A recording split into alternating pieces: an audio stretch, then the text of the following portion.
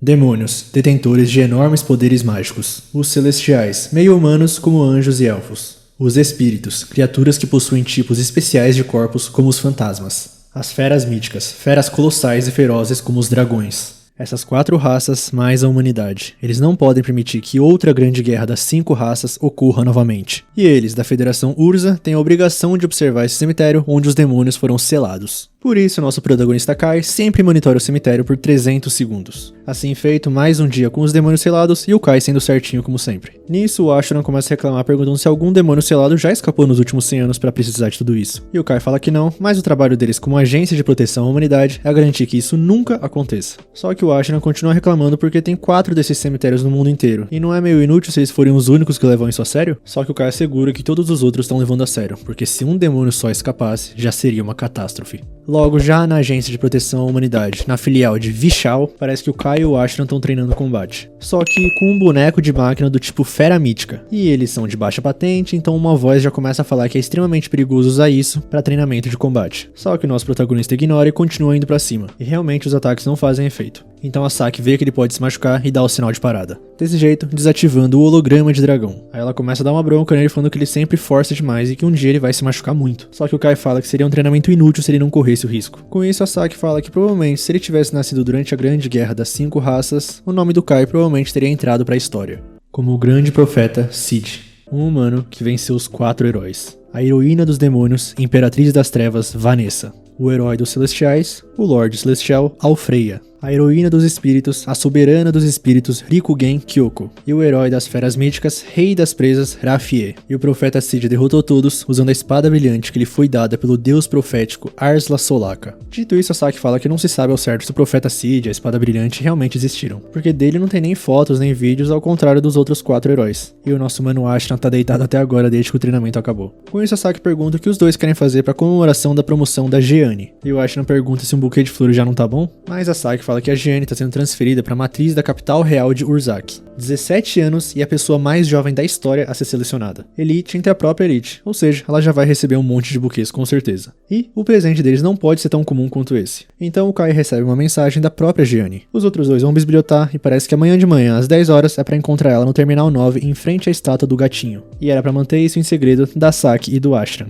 E o Kai simplesmente mente na cara dura falando que isso não é da Jeanne. E os dois começam a zoar do nosso menino e ele resolve sair para correr. Dessa maneira, já na frente da estátua do gatinho às 10 horas, a Jeanne e o Kai se encontram e ela pergunta por que ele tá usando roupas tão chamativas se ele tá de folga. E parece que antes ele tava fazendo treinamento matinal antes de ir. Então a Jeanne fala que ele provavelmente é a única pessoa que não se intimida com a ideia de ir às compras com ela. E o nosso menino é meio lento, não entende muito de sarcasmo, mas a Jeanne fala que é isso que ela gosta nele. Assim eles começam e o objetivo da Jeanne é comprar presentes pra Saki e pro Ashran, porque ela sabe que os 3 já estão planejando dar um presente pra ela, então ela também quer dar presentes a eles antes de ir pra Urzak, além de que vai ser a última vez que ela vai ver os dois. Mas o Kai fala que ela tá exagerando, porque a transferência é de no máximo 2 anos. Ela volta em pouco tempo como cadete e tal, mas a Jeanne fala que nesse meio tempo, o Ashran e a Saki já vão ter terminado seu serviço militar e serão civis. Provavelmente só ela e o Kai ainda vão ser soldados da Agência de Proteção à Humanidade daqui a 2 anos. E nisso ele concorda, mas fala pra ela não fazer essa cara, porque ela vai superar o pai dela, o chefe da matriz de Urza. Pelo menos é o que ela dizia dezenas de vezes desde que elas eram crianças. Mas ela corrige uma informaçãozinha que não foram dezenas, na verdade foram centenas de vezes. Aí date vai, date vem, os dois terminam de fazer as compras. E a Jeanne lembra que o Kai tinha 10 anos quando se perdeu no cemitério de demônios, né? Além disso, foi quando o pai dela levou ele pra fazer a inspeção. E isso deixou a Jeanne surpresa, porque assim que ele chegou em casa, ele disse que viu a espada do Cid. E sim, o Kai fala que realmente viu, só que não fala pra ninguém porque ninguém acreditaria nele. E foi nessa época que o nosso protagonista começou com esse negócio de achar que é o dever dele garantir que os demônios não saiam do cemitério. Aí atravessando a rua, a Jeanne pergunta pra ele onde ele acha que eles vão estar no futuro. Não daqui a 2 anos, mas mais no futuro.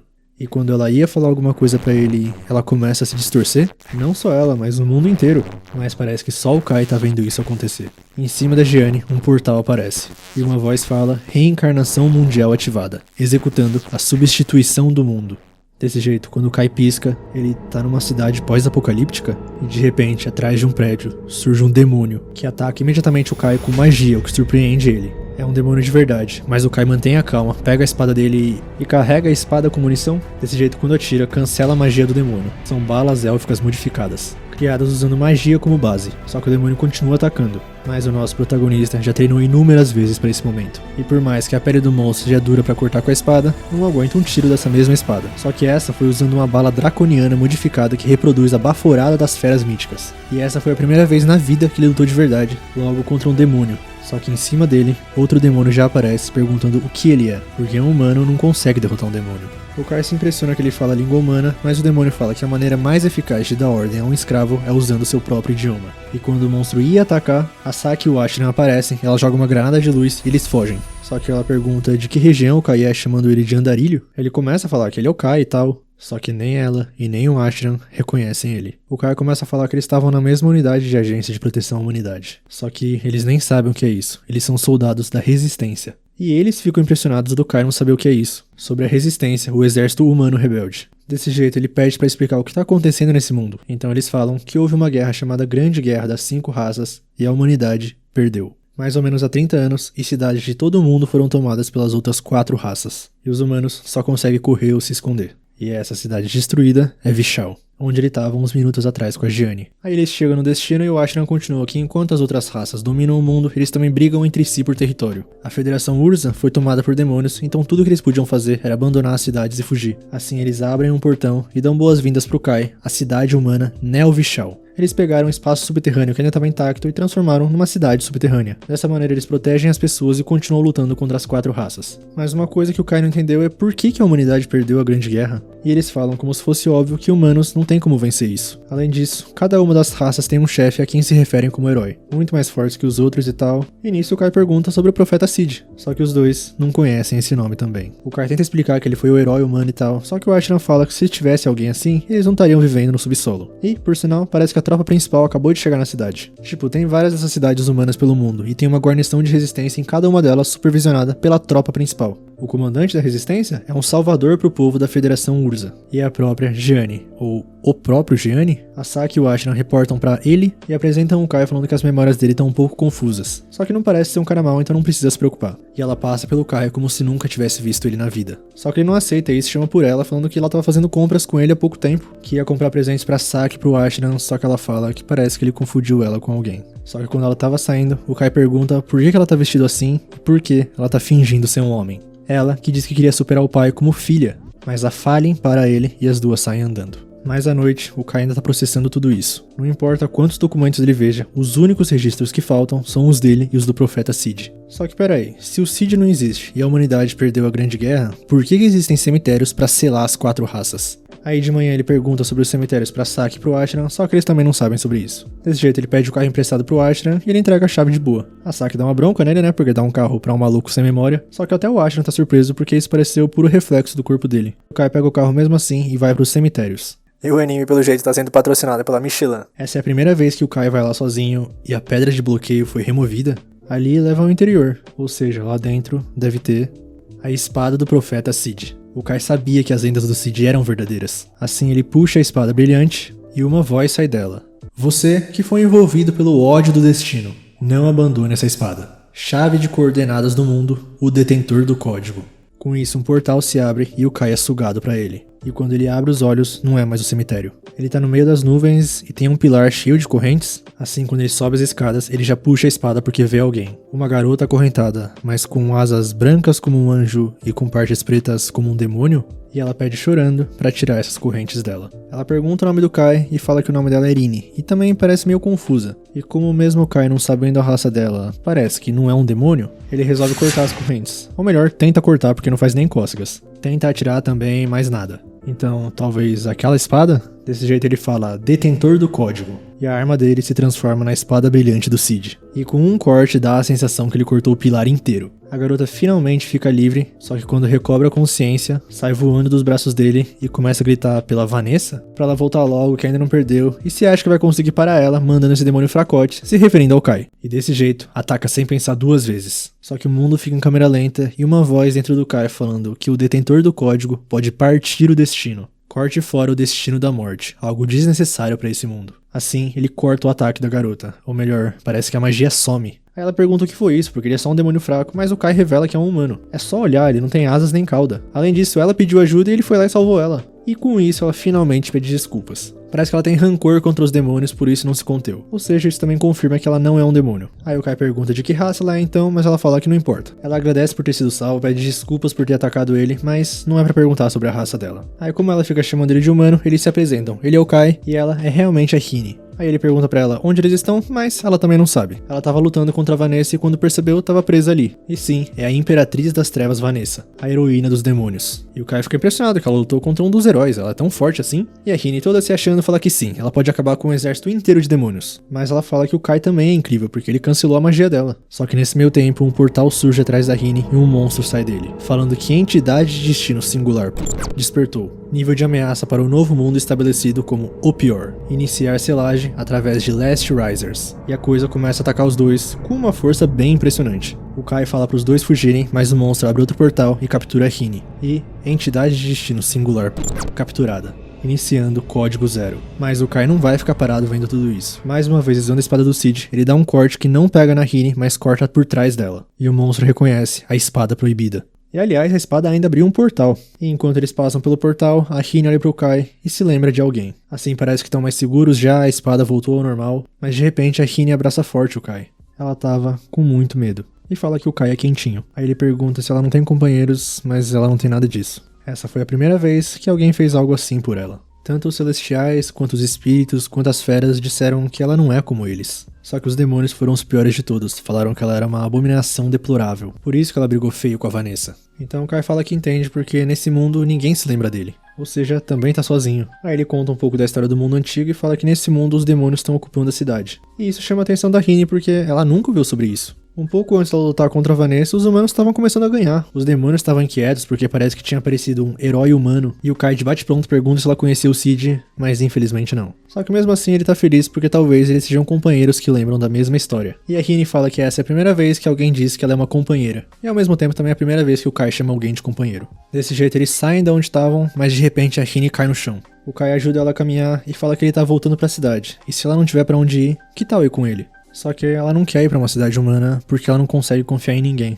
Só não cai porque ele salvou ela. Então ele fala que é pra confiar nele e ir com ele. E se não conseguir confiar, pode ir embora quando quiser. Dessa maneira, já em Nelvishal, o Kai tá morto de cansaço. A Hine parece que entrou em pânico no carro, chamou a atenção mesmo conseguindo esconder as asas, achando que os humanos iam morder ela, tentando usar magia no meio da cidade. Mas ele entende que é normal ela ficar cautelosa, rodeada de gente que ela não conhece. Dito isso, ela parece bem confortável cantando no banho. Já sobre a arma do Kai, ele não entende por que voltou ao normal. E quando vai falar detentor do código, alguém sai correndo do banheiro só de toalha, falando que a água não para de sair. Aí ele fala pra ela se enrolar direito porque isso faz mal pro coração dele, mas ele desliga o chuveiro pra ela. E a Hine tá reclamando que os humanos são muito injustos. Eles tomam banho em uma água tão quentinha, já ela tinha que tomar banho em águas geladas de rios e lagos. Além disso, também o lugar onde os humanos dormem, que é tão macio, só que sobre a superfície realmente só tem demônios e ruínas.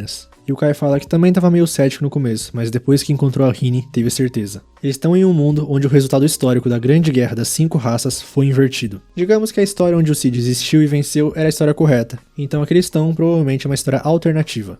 Logo, de madrugada, a Hine acorda do nada. Ela dá um susto no Kai, mas é porque ela sente uma magia forte. Tem demônios por ali. E realmente, uma explosão do lado de fora e o alarme é tocado. Invasão de raça inimiga, todos os residentes devem evacuar imediatamente pro abrigo. O Kai e a Hine vão pra fora, mas ele tá surpreso, porque não achou que a humanidade estava tão encurralada. E não tem ninguém pra salvar eles. Então ele pede desculpas pra Hine, porque ele vai ter que ir. Nesse mundo, talvez ele seja a única pessoa que possa imitar o Cid. E realmente, a Saki e o Ashran estão na linha de frente, mas as armas de fogo nem fazem cócega nos demônios. E quando um deles vai pegar a Saki, o nosso protagonista aparece pra salvar o dia. E manda eles usarem água, porque aquele corpo de pedra fica pesado quando absorve água e não consegue voar. E então usa a granada. Só que dessa vez o Ashran tá com problemas, mas o Kai tá lá pra ajudar ele também. E o nosso protagonista é realmente bom de briga. Além de que lá de cima, a Hine apareceu pra dar uma ajudada. E o Kai reconhece que ela é realmente forte o suficiente pra brigar com a Vanessa pelo jeito. E ela fica toda feliz falando que se ele vai lutar, ela também vai. Aí parece que eles derrotaram todo mundo, mas o Ashran e a Saki estão impressionados. Como é que o Kai arrebentou aquele demônio de mãos vazias ainda? E que tiro foi aquele que cancelou a magia? Assim ele reafirma que veio do mundo onde eles ganharam a guerra e o estilo de luta e a bala do tipo relâmpago que eles viram são avanços tecnológicos de lá. Só que de repente o time de vigilância entra em contato. Parece que 2 demônios batedores escaparam. Ou seja, descobriram sobre a cidade subterrânea. Então na próxima vez vão ir ainda mais demônios. O Ashran fala que vai informar o QG e a Saki fala pro Kai ir com eles até o QG da resistência. Considerando a força dele, ela tem certeza que o Jeanne vai receber ele.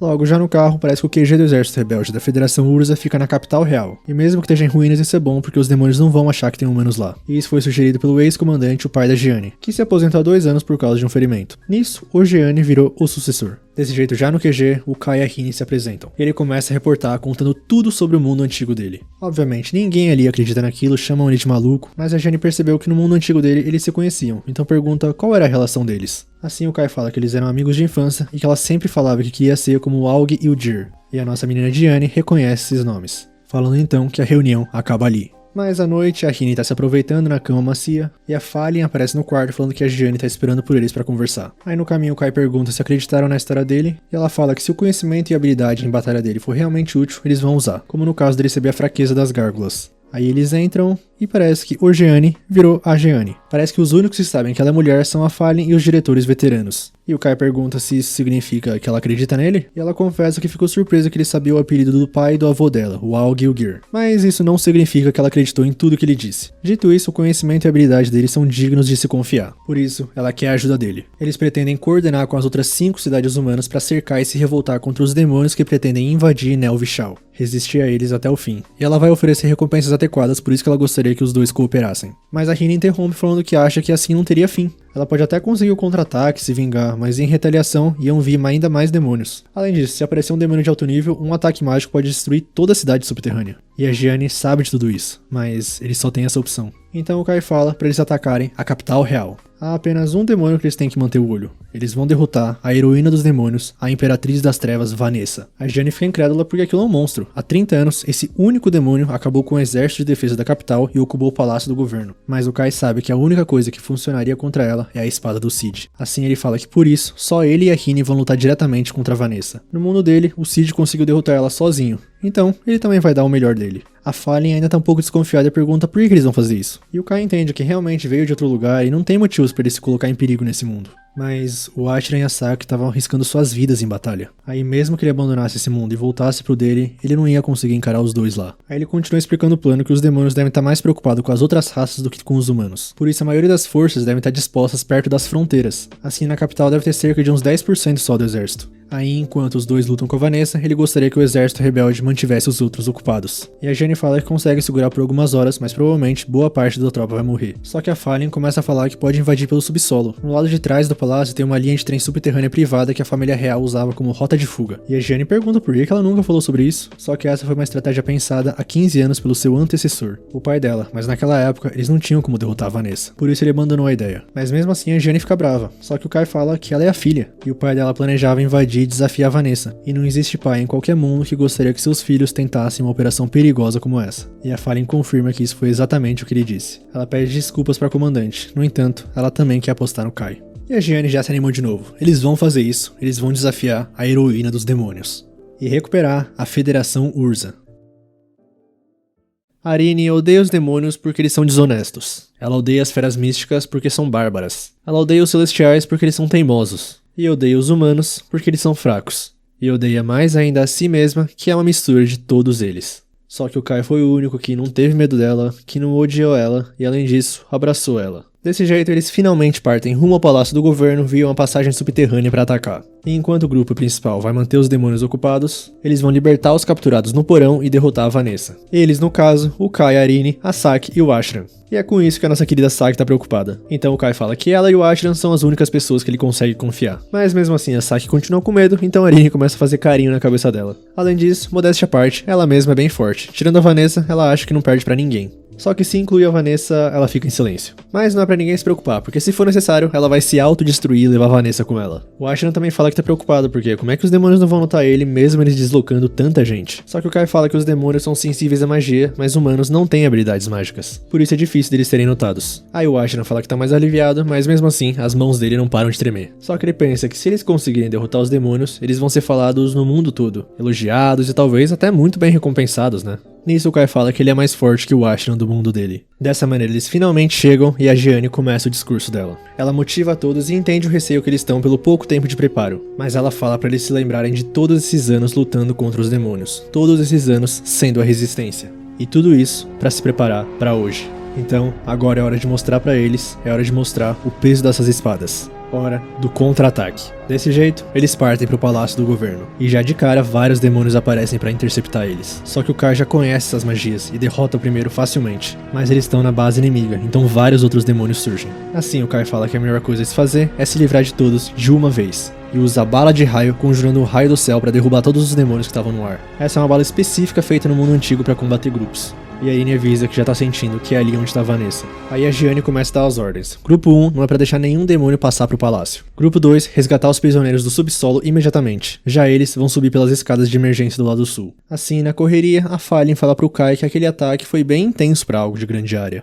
E ele falou que tinha sido a melhor bala, mas mesmo sem ter puxado o gatilho, e ela tá sentindo uma presença estranha desde o começo. Mas a Gianni interrompe falando que o Kai disse que ia desafiar a Vanessa só os dois. E ele confirma que não vai voltar atrás nisso. E continuando sobre as escadas, Irene vê um Imp, um demônio que invoca outro demônio de grande escala. E assim feito, o monstro já aparece capturando um dos humanos, mas a Fallen consegue cortar a mão dele. E ela avisa a todos pra subirem primeiro, que ela cuida dele. A Gianni fica preocupada, mas a Fallen fala que ele é só um boneco, e vai acabar com ele brevemente e vai alcançar a todos. Com os outros grupos parece que tá indo tudo conforme o planejado. Mas quando a Gianni entra na outra sala, ela rapidamente é atingida por uma magia bem forte. Só que nada acontece, e ela fala que não precisa se preocupar com ela. O que ela tá vestindo é um traje élfico, um item mágico conhecido como Traje da Luz Sagrada, retirado direto da Vila dos Elfos. E não existe nada melhor quando se trata de resistência mágica. Assim, ela e o resto vão sumir dali e os outros podem seguir em frente. E cheia de marra, a Gianni fala pro demônio que o Cavaleiro da Luz Sagrada será o oponente dele. Os 4 que avançam colocam um bracelete porque parece que com isso eles não vão ser vistos pelos demônios. A Rini quase fala que foi ela que fez isso com magia de barreira, mas o Kai dá uma bronca e ela fala que fez isso mimetizando a barreira mágica dos anjos.